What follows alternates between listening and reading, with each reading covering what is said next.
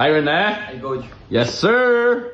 So, Rene, after your palarong pabansa, diretso ka na ng Ateneo de Manila. So, tingin mo, Rene, anong mabigay mo sa team sa Ateneo de Manila? Yung palaging patawag sa court, tsaka bibigay lahat kada laro. Sliding! Si Butterboy! Mr. MVP for a reason. Mabay na. Pagdamay.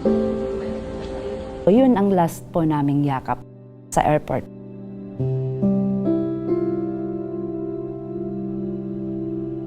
Buhay ng dalawang manlalaro ng Ateneo Blue Eagles na uwi sa Rene Baterbonia nasawi sa pagkalunod. aton sa Osaka team building activity sa Aurora. Ina ng isa sa mga biktima na nanawagan ng hustisya.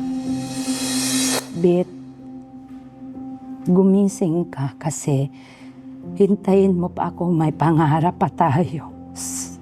Tapos nakita ko na yung anak ko na umiiyak po. Nakita ko na siya na umiiyak po. Kahit bangkay na po siya. Nagsasama yung nervyos ko, galit ko, lahat parang ganun. Parang kailangan ko rin mamatay, magsama kami. Ganyan yung masasabi ko. Ang question po namin is, humingi po ba ng tawad ang Ateneo? Inintay ko pa po yung pagdating nila doon, nasamahan ako nila, dadamayan nila ako, sasabihin nila, Mami, patawad talaga, ganyan talaga nangyari. Walang nangyari. Kaya yun, masabi ko na wala silang respeto. Kapal talaga ng mukha.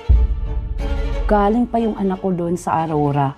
Hindi man lang nila binihisan, hindi nila linilisan. Parang sinabi lang nila, Oy, kunin mo yung baboy doon na nakatay ko, dalhin mo dito sa Arlington kasi dito natin lalapain yan. Tapos dinala nila yung anak ko doon sa Arlington, walang kasama, walang Ateneo, walang teammates na kasama, na kahit nag-convoy lang, ma'am, wala talaga. Pero in your part, napatawad nyo na po ba sila sa nangyari sa anak ninyo? Wala nga silang respeto, ma'am. Patawarin mo pa agad-agad. Respeto lang yung gusto kong kunin sa kanila. Hindi mo talaga mapatawad ka agad-agad yung mga taong walang respeto sa'yo. Alang-alang ng anak ko, lalaban talaga ako sa pinapakita nila. Kasi wala silang respeto talaga. Alam niyo yung story ni Bobet, isa yan sa pinakamasakit na trahedya na nabalita sa Pilipinas. Kasi parang nung nalaman namin yung story niya, parang yung pakiramdam lalo na bilang ina sa mga nanay, yung naudlot na pangarap, naudlot na potential, ito yung forever ka magkakaroon ng question na, what if? Ano sana siya ngayon? Opo. Sino sana siya magiging in the future? Pero para sa isang ina na katulad nun, that you're living with the pain and the tragedy and the trauma na nawalan ng isang anak habang buhay niyong dala-dala ito. Opo. So bago po natin pag-usapan yung buhay at kung sino si Bobet bilang isang magaling na basketball player, gusto ko ikwento niyo po muna sa amin kung paano yung buhay niyo sa Agusan del Sur. Tapos, ilan po yung anak ninyo? 7 po. 7. Si Bobet po ay Pangalawa po. Pangalawa. Kaya number 2 po yung number niya kasi pangalawa siya. Paano niyo po i-describe si Bobet bilang isang anak? Una, lahat naman ng anak ko is mabait. Lahat naman ng anak ko is matulungin. Pero sa ugali, siya yung mas makuhaan mo ng answer po na pag may problema ako, magkakaroon ako ng answer pag magsabi ako sa kanya. Yan po. Para siyang hindi lang anak, parang kaibigan niyo na rin. Opo, parang opo. pwede niyo siyang best friend. Opo, ganun. opo. Pero paano po siya sa mga kapatid niya? Paano niyo po Ganon siya din po. i-describe?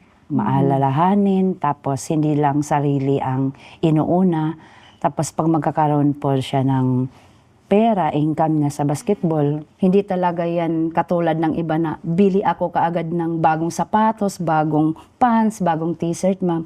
Kundi sinasabi niya, papadalhan kita, ma, ito para sa kapatid ko, ma, bigay mo sa kanila, bilhan mo sa Jollibee, ganyan. Tapos ito, ma'am, para sa'yo, ma. Nung na ano po siya sa palarong pambansa doon sa Agusan Mars. May incentive po siya sa DepEd po. Yun, nagsabi siya sa akin na, maipapadala ko po tong pera sa iyo, 13,000 yun, para ipapaayos mo doon sa bahay natin. Kaya yun, ginawa ko naman.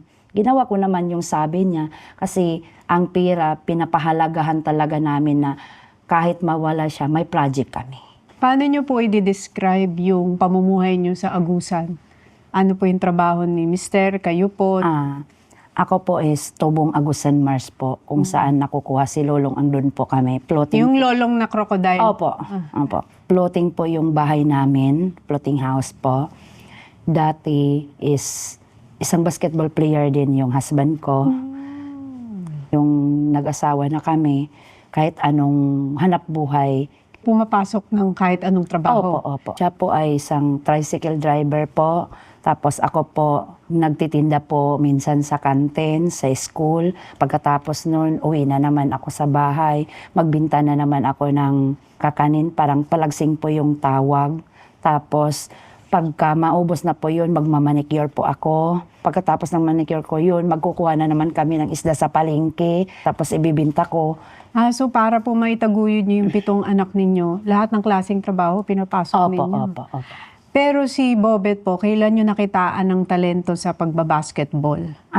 Maliit pa sila, nagsasama sila sa husband ko na magbabasketball kasi may tempo yung husband ko. Tapos yun, sumasama sila kahit saang lugar sa Agusan del Sur po. Hanggang mga 10 or 12, 13 ganyan, nagbabasketball na po sila.